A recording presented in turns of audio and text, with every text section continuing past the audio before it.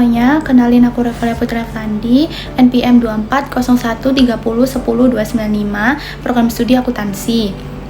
Di sini aku dan teman-teman akan membahas tentang HPP, dagang dan manufaktur beserta latihan soalnya. Sebelum itu aku akan menjelaskan tentang pengertian HPP dagang. HPP dagang adalah harga pokok penjualan atau yang biasa disebut HPP yang merupakan total biaya yang dikeluarkan untuk menghasilkan barang dagang. HPP merupakan salah satu komponen penting dalam perhitungan keuangan bisnis, terutama untuk perusahaan dagang. HPP dagang terdiri dari persediaan awal barang dagang, harga pokok pembelian, dan persediaan akhir barang dagang. Rumus HPP dagang adalah persediaan awal ditambah harga pokok pembelian dikurangi persediaan akhir. Nah, bila terdapat perkiraan retur, maka rumusnya adalah HPP dikurangi perkiraan retur. Halo semuanya, perkenalkan nama saya Madi Krishna Prasetyarana, NPM 240130100315 dari grup D. Di sini saya membahas tentang perhitungan HPP perusahaan dagang. Sebelum masuk ke latihan soal, kita ketahui dulu cara untuk mencari HPP perusahaan dagang, yaitu persediaan awal ditambah harga pokok pembelian dikurangi dengan persediaan akhir. Untuk mencari harga pokok pembelian yaitu dengan cara pembelian dikurangi dengan retur pembelian dikurangi dengan potongan pembelian ditambah dengan beban angkut pembelian. Langsung saja masuk ke soal.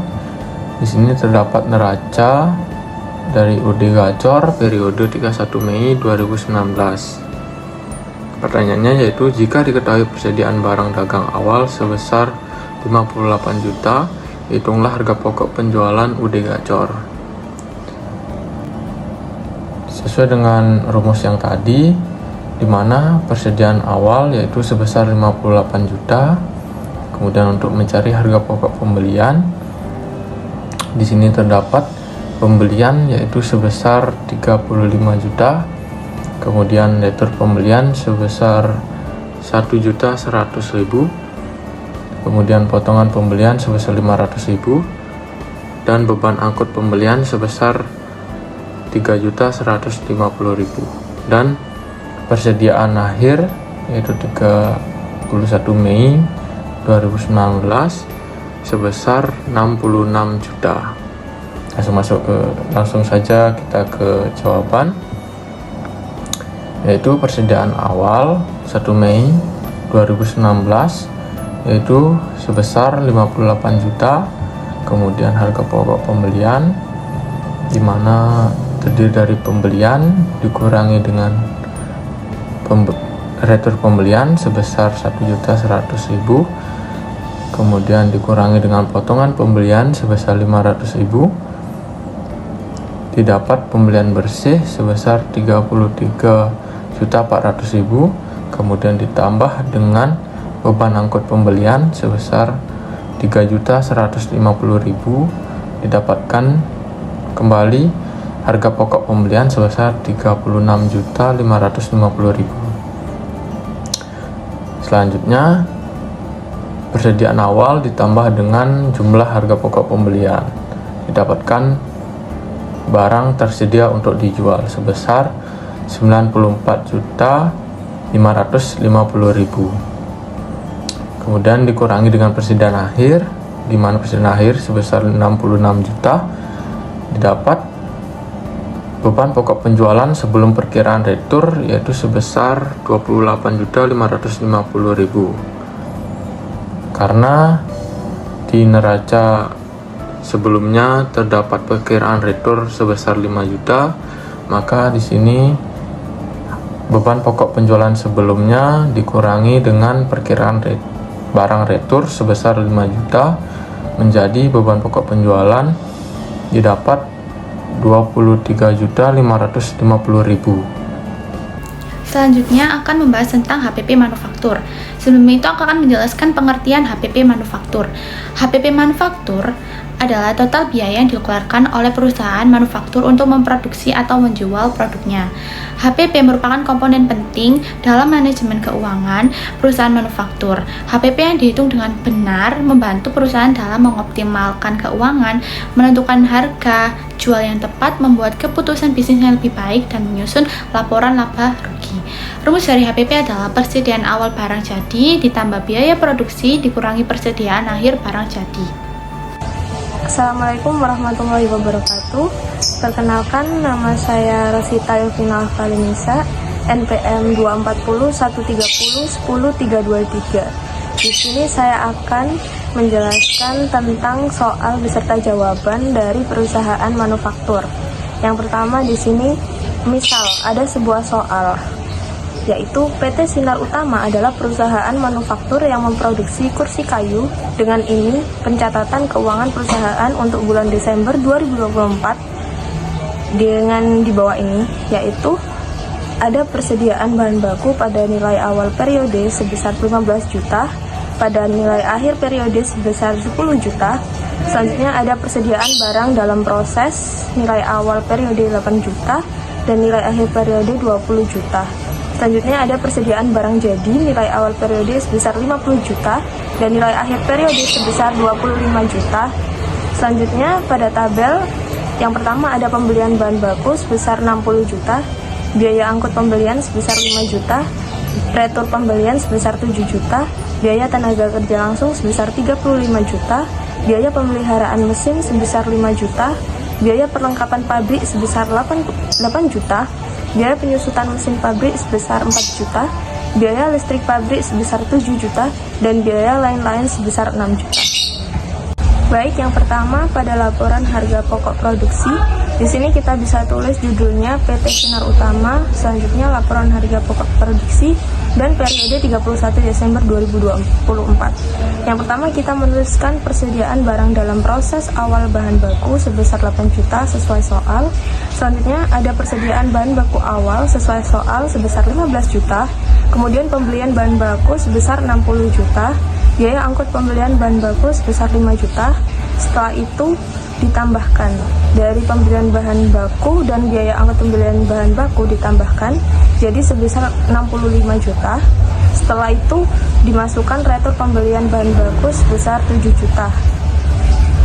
Langsung dikurangkan dari hasil pembelian bahan baku dan biaya angkut pembelian tadi dikurangkan dengan retur pembelian bahan baku. Jadi 65 juta dikurangi 7 juta yakni 58 juta.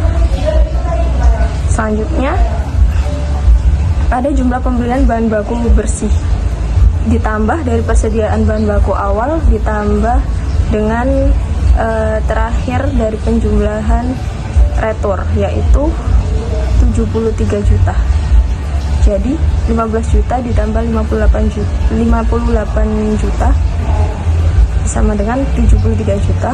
Setelah itu pada soal ada persediaan bahan baku akhir sebesar 10 juta sehingga pemakaian bahan baku bisa dikurangi dari jumlah pembelian bahan baku bersih sebesar 73 juta dikurangi dengan persediaan bahan baku akhir sebesar 10 juta, yakni pemakaian bahan baku sebesar 63 juta.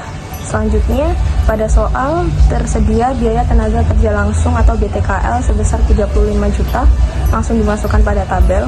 Setelah itu kita masukkan biaya overhead pabrik atau BOP yang tertera pada soal, yakni ada biaya pemeliharaan mesin sebesar 5 juta, biaya perlengkapan pabrik dimasukkan ke tabel dalam jumlah 8 juta sesuai soal, biaya penyusutan mesin pabrik dimasukkan dalam tabel sesuai soal yakni 4 juta, biaya listrik pabrik 7 juta, dan biaya lain-lain 6 juta. Jadi jumlah biaya overhead pabrik yakni penjumlahan dari biaya pemeliharaan mesin, biaya perlengkapan pabrik, dan biaya penyusutan mesin pabrik, biaya listrik pabrik, dan biaya lain-lain di jumlah total yakni sebesar 30 juta. Selanjutnya ada jumlah biaya produksi. Ini perolehan dari penjumlahan antara pemakaian bahan baku, biaya tenaga kerja langsung atau BTKL, dan jumlah biaya overhead pabrik. Jadi 63 juta ditambah 35 juta dan ditambah 30 juta.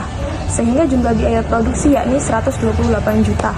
Selanjutnya, ada jumlah barang dalam proses akhir, yaitu penjumlahan dari persediaan barang dalam proses awal bahan baku, ditambah dengan pemakaian bahan baku, ditambah dengan BTKL, dan ditambah dengan jumlah biaya produksi, yaitu 234 juta. Selanjutnya ada persediaan dalam proses akhir yang tertera pada soal, yakni 20 juta, sehingga harga pokok produksi, yaitu jumlah barang dalam proses akhir dikurangi persediaan dalam proses akhir, yakni sebesar 214 juta. Nama saya Selva Febianti Anggita dari kelas K NPM 2401 3010 316. Oke, jadi di sini saya akan melanjutkan membahas tentang HPP manufaktur. Jadi, setelah kita menghitung harga pokok produksi yang senilai 214 juta, itu lalu kita tambahkan dengan persediaan awal barang jadi yang senilai 50 juta. Hingga menemukan hasil yaitu 264 juta. Lalu 264 juta itu kita kurangi dengan persediaan akhir barang jadi yang senilai 25 juta. Sehingga kita mendapatkan harga pokok penjualan yaitu 239 juta rupiah. Nah, selanjutnya di sini saya akan menjelaskan tentang perbedaan HPP dagang dan HPP manufaktur. Untuk HPP dagang sendiri, HPP perusahaan dagang adalah kita menambahkan jumlah pembelian persediaan selama satu periode dengan persediaan awal periode.